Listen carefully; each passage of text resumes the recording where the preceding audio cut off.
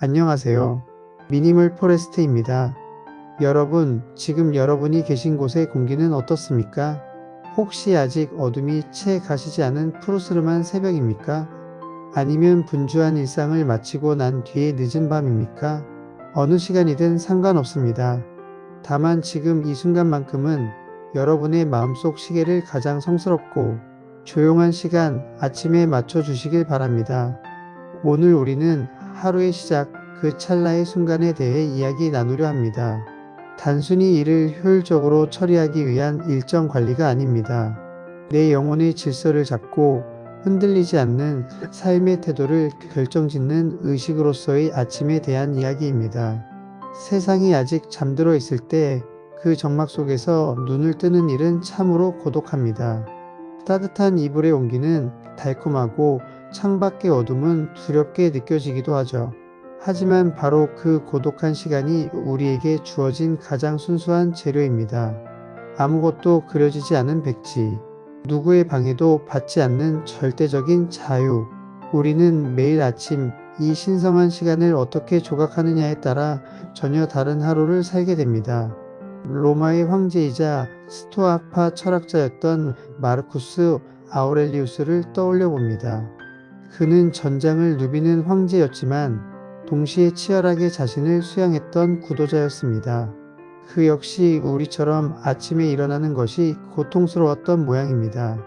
그는 자신의 저서 명상록에 이렇게 적으며 스스로를 침대 밖으로 일으켜 세웠습니다. 새벽에 일어나기 싫을 때면 스스로에게 이렇게 말하라. 나는 한 인간으로서 해야 할 일을 하기 위해 일어나는 것이다. 이불 속이 편안하다고 불평하지 마라. 너는 쾌락을 느끼기 위해 태어난 존재인가? 아니면 행동하고 돕기 위해 태어난 존재인가? 작은 식물들도 새들도 개미와 거미들도 각자의 질서 속에서 세상을 만들고 있는데 너는 어찌 인간으로서의 임무를 거부하는가? 참으로 뼈아픈 그러나 숭고한 질책입니다. 아침 일정을 계획한다는 것은 단순히 오늘 할 일을 적는 행위가 아닙니다.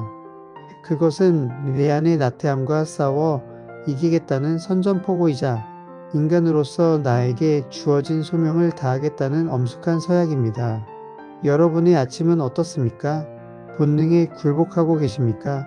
아니면 인간으로서의 고귀한 의무를 향해 깨어나고 계십니까? 아침의 시간을 정복하는 것은 곧 내 삶의 주도권을 쥐는 것과 같습니다. 무질서한 하루는 우리를 불안하게 만들지만 잘 정돈된 아침의 루틴은 우리에게 평화를 줍니다. 이 평화를 평생의 신념으로 삼았던 사람이 있습니다. 바로 철학자 임마누엘 칸트입니다. 칸트의 일생은 마치 시계태엽처럼 정확했습니다. 그는 매일 새벽 5시에 일어나 홍차를 마시고 파이프 담배를 피우며 강의를 준비했습니다. 그리고 오후 3시 30분이 되면 어김없이 산책을 나섰죠. 마을 사람들은 칸트가 산책 나오는 모습을 보고 시계를 맞췄다는 일화는 너무나 유명합니다. 누군가는 그의 삶이 너무 기계적이고 지루하다고 말할지도 모릅니다.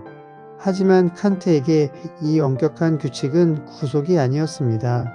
그것은 자유였습니다. 삶은 예측 불가능한 일들로 가득합니다. 갑작스러운 문제, 타인의 요구, 감정의 기복들이 우리를 덮쳐옵니다. 칸트는 그 혼란 속에서 자신이 온전히 통제할 수 있는 아침이라는 요새를 구축한 것입니다. 그 단단한 일상의 틀이 있었기에 그는 외부의 소음에서 벗어나 위대한 철학적 사유의 탑을 쌓아 올릴 수 있었습니다. 여러분의 아침 일정은 여러분을 일감매는 사슬입니까? 아니면 세상의 풍파로부터 여러분을 지켜주는 단단한 다짐입니까? 규칙적인 아침은 우리의 영혼이 안전하게 머물 수 있는 집을 짓는 일과 같습니다. 그렇다면 이 소중한 아침에 우리는 구체적으로 무엇을 해야 할까요? 많은 분이 빽빽한 투두리스트, 즉 해야 할 일 목록을 작성하며 하루를 시작합니다. 매일 확인하기, 회의 참석하기, 보고서 작성하기. 물론 중요합니다. 하지만 그것만으로는 부족합니다. 기능적인 인간이 될 수는 있어도 깊이 있는 인간이 되기는 어렵습니다. 미국의 건국 아버지 중 한 명인 벤자민 프랭클린의 수첩을 들여다보고 싶습니다. 그는 이 13가지 덕목을 정해놓고 평생 이를 지키기 위해 노력했습니다. 그리고 매일 아침 5시에 일어나 자신에게 단 하나의 질문을 던졌습니다. 오늘 나는 어떤 선한 일을 할 것인가? 그리고 하루를 마감하는 밤에는 오늘 나는 어떤 선한 일을 했는가? 라고 자문했습니다. 그의 아침 계획은 업무의 나열이 아니었습니다. 가치의 확인이었습니다. 오늘 내가 누구에게 친절을 베풀 것인지, 어떤 상황에서도 평정심을 잃지 않을 것인지, 나의 시간과 에너지를 어떤 가치 있는 곳에 쏟을 것인지를 미리 결정하는 시간이었습니다. 여러분의 다이어리를 펼쳐보십시오. 그곳에 적힌 일정들 사이에 빈 공간을 마련하시길 바랍니다. 그리고 그곳에 해야 할 일이 아닌 되고 싶은 날을 적어 넣으십시오. 오전 9시 회의라는 일정 옆에 경청하는 태도로 동료를 존중하기라고 적어보는 건 어떨까요? 오후 2시 프로젝트 마감 옆에 초조해하지 않고 끝까지 정성을 다하기라고 적어보는 겁니다. 아침 일정 관리는 내 하루의 영혼을 디자인하는 시간이어야 합니다. 아침의 꾸준함에 대해 이야기할 때 빼놓을 수 없는 현대의 거장이 있습니다. 소설가 무라카미 하루키입니다. 그는 소설을 쓸 때 새벽 4시에 일어납니다.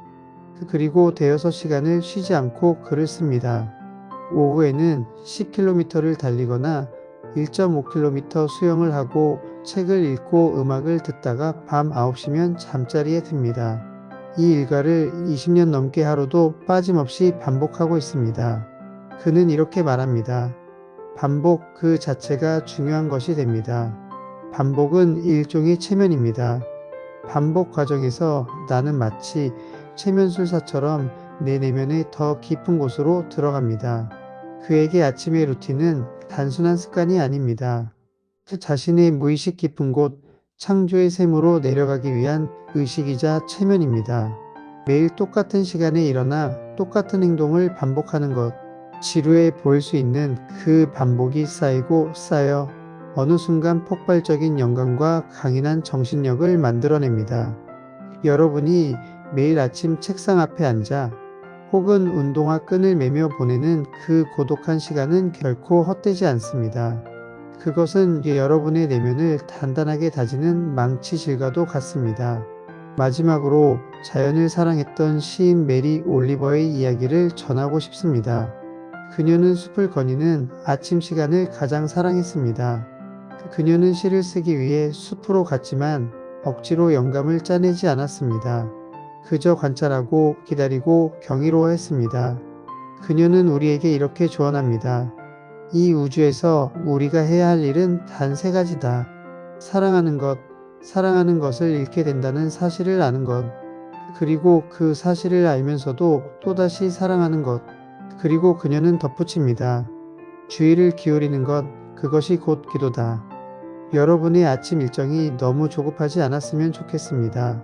무언가를 성취해야 한다는 강박으로 숨 가쁘지 않았으면 합니다.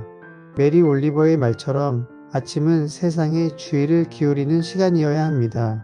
창틈으로 들어오는 햇살에 따뜻한 커피의 향기에 사랑하는 가족의 잠든 얼굴에 깊은 주의를 기울이십시오. 그것이 곧 기도이고 가장 경건한 아침의 시작입니다. 일정표의 가장 첫 줄에 감사하기 혹은 사랑하기를 적는 여유를 가지셨으면 합니다. 이제 이야기를 정리하려 합니다. 아침은 신이 우리에게 선물한 리셋 버튼입니다. 어제 어떤 실수를 했든 얼마나 큰 좌절을 겪었든 상관없습니다. 해가 뜨면 우리는 다시 시작할 수 있습니다. 그래서 아침 일정 관리는 기술이 아니라 태도입니다. 하루를 대하는 경건함, 삶을 사랑하겠다는 의지, 그리고 나 자신을 믿겠다는 용기입니다. 내일 아침 알람이 울리면 잠시 눈을 감고 생각하십시오. 마르쿠스 아우렐리우스처럼 인간의 의무를 생각하고 칸트처럼 나만의 질서를 세우며 프랭클린처럼 선한 가치를 품고 무라카미 하루키처럼 묵묵히 반복하며 메리 올리버처럼 세상에 따뜻한 주의를 기울이십시오. 여러분의 아침은 단순한 시간의 흐름이 아닙니다. 여러분이 쌓아 올리는 영혼의 성전입니다. 그 성전에서 오늘 하루도 가장 나답고 아름다운 하루를 건축하시길 바랍니다. 지금까지 미니멀 포레스트였습니다. 고요하고 단단한 아침이 되시기 바랍니다. 감사합니다.